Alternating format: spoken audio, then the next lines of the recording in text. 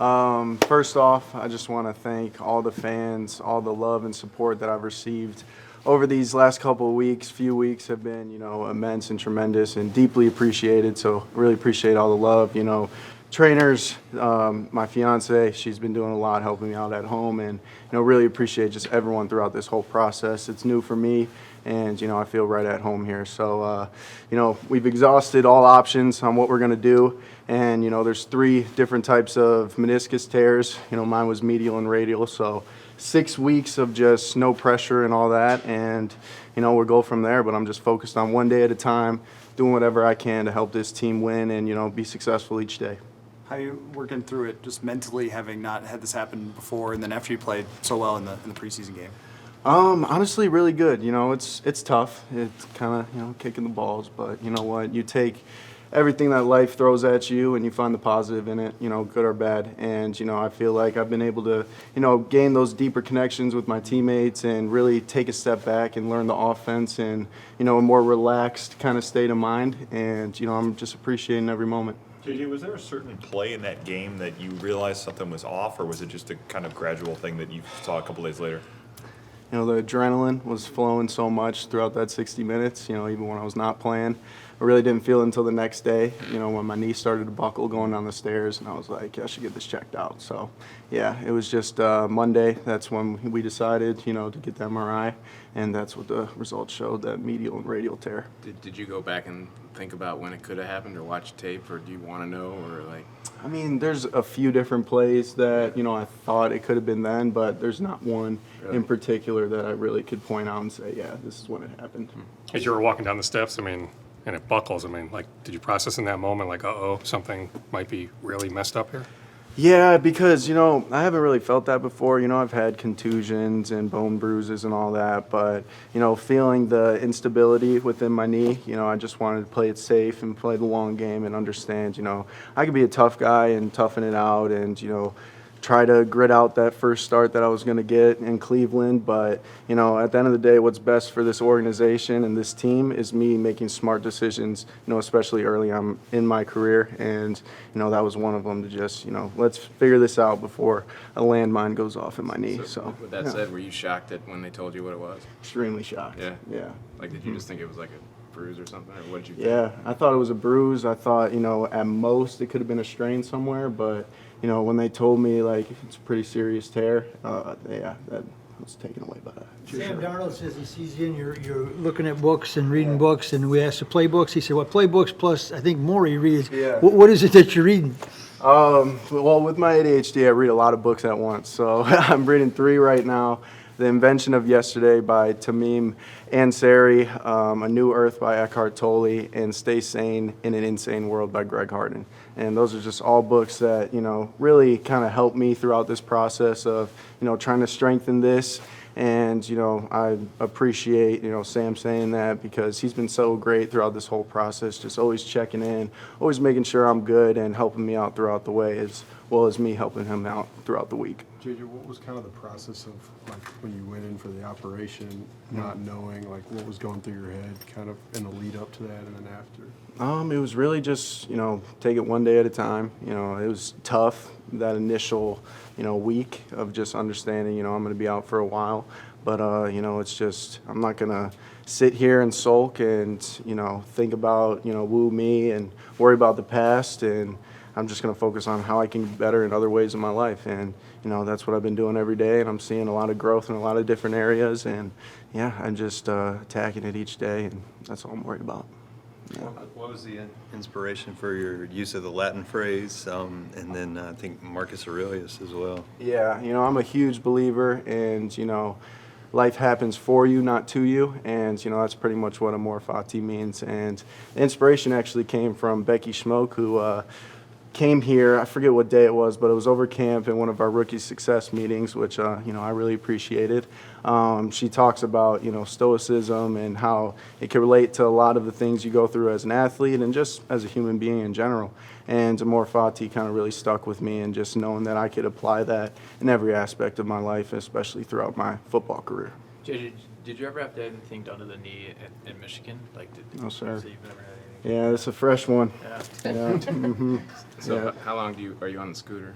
And has that been Yeah, a plus in a weird way? Has it been fun to be on? It has been, you know, those crutches. I've appreciated the crutch work because, Yeah. as quarterbacks, we don't Shoulder, really yeah. get to work out the buys and tries. So, but yeah, the cafeteria. I'm sure you guys been there and see how far it is. That's not fun on crutches. So it's nice Is scooting it true around that on you that crashed thing. into O'Connell's wall, or is that a little bit? It is true. Oh. And you got a little bit blown out of proportion Yeah. here. You know, I was just backing up. You know, like put it in reverse Terry, and I just rammed right into the door frame. A little paint chip, but nothing serious. It needs So, the yeah. beep beep coming out. Yeah, exactly. Yeah, we were thinking about clown horns and stuff. As far as what you can learn in this Mm-hmm. first year, I mean, I guess what is your approach to trying to take everything you can from Sam and also Kevin with how the scheme works? Well, the biggest learning process is my routine throughout the week. Let me solidify what it's like to go through the week and, you know, with the benefit of not having pressure to perform on Sunday. So by the time I do play, whenever that is, next year, following year, whatever, or whenever it is, I'll be ready and it won't be like I played a game or this is my first game. So I'm just like kind of focusing on chunking things together, whether it's the, you know, third down list, the defensive strategies in the red zone. It could be any sort of situation and just building a plan that, you know, helps me retain the information when it comes on Sunday. Do you go to pool right now? Or, I mean, what do you do for cardio? Can you do upper body? What do you try to do just to? They are doing their absolute best to get me to sit down and do absolutely nothing but make sure this is okay for after the 6 weeks, because the 6 weeks is the most crucial time of the recovery process. So knowing who I am, you know, I like to chop wood. I like to, you know, just do things all the time. So they're just really focusing on me recovering and then really getting after it after that 6 weeks. Jay, go ahead. As you think about training camp, what were you most proud of? You think of like your progression from the spring to the fall. I think it would be a couple of things. Just earning, you know, the trust from a lot of my teammates and coaches. Being able to be that teammate, you know, the authentic teammate that I am, and them understanding that is authenticity. Being able to adapt a whole new footwork and really like get it to a spot where I feel really comfortable going out there and not thinking about it too much. It's more instinctual. And then just getting a better grasp of the offense, because it slows down once you're not, you know, thinking of a million things or how to say the play call. So all those little things that I worked on over the summer really paid off as camp went on. JJ, you mentioned like building relationships with your teammates and obviously still spending a ton of time around the building. I'm just curious if you've been able to glean anything, even just organically, from some of the vets who have maybe been through injuries or had to rehab. So I was actually having a hibachi night with Ginkles, invited a lot of us over, and David Questenberry told me he hurt his foot. I forget what the injury was, but he broke his foot his rookie year, and said, you know, a vet came up to him, and this is going to be, you know, your redshirt year, so enjoy it. And that's what he told me. So I'm really just, you know, focusing on just making sure I learn so much mentally that when I go out there, it's going to take care of itself. JJ, when you talk about finding the positives in situations like this, like, is that hard? You know, not really, because, you know, just me standing here in front of you guys is a positive. Me being able to see you guys, me being able to breathe. So there's a lot of different ways that you could find the truly amazing things that we overlook in life in times like this, because, you know, just being able to walk is like such a blessing, and I don't know that unless I don't have it. So just going through stuff like that has been, you know, kind of what I've been doing. Just to clarify, you said when your knee buckled, that was on the stairs at your house? Yes, sir. And then that was the day after the game? Yeah, 2 days that after? was the day after, and then pretty bad Monday. Monday is so, when yeah. you felt it. So then that's when you told them about it? Yeah. And then JJ, just to clarify, like when you wake up from the surgery, that's like the first time you know that Yeah. like I'm done for the year. Yeah, you go into it, and it could be 4 to 6 weeks, or it could be 6 to 8 months. So you find out if you got a brace on your leg post-surgery or you don't. So there was a. So what was the first thing you thought when you saw the brace? Some profanity. I don't want to say that.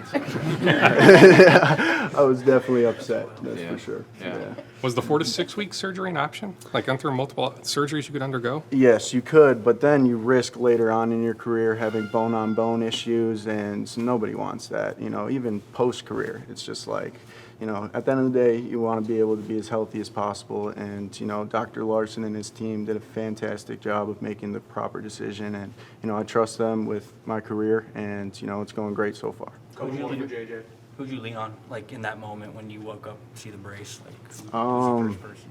You know, my fiance, for sure. You know, we've been together since I was 15, so we've been through a lot. And then obviously everyone here, you know, Coach O'Connell, my teammates, Coach McCown, Coach Udinsky, Coach West, obviously the boys in the room. But, yeah, just everyone is so, like, you know, it feels like home here. It really does. It's hard to describe it. But, you know, they've been just truly awesome, and I can't thank them enough. You knew there was a chance, like even if without an injury, that you might not play this year. It could have been a redshirt type year Say anyway. that first part one more You time. knew there was a chance, even if there was no injury, that you might not play. It was sort of Yeah.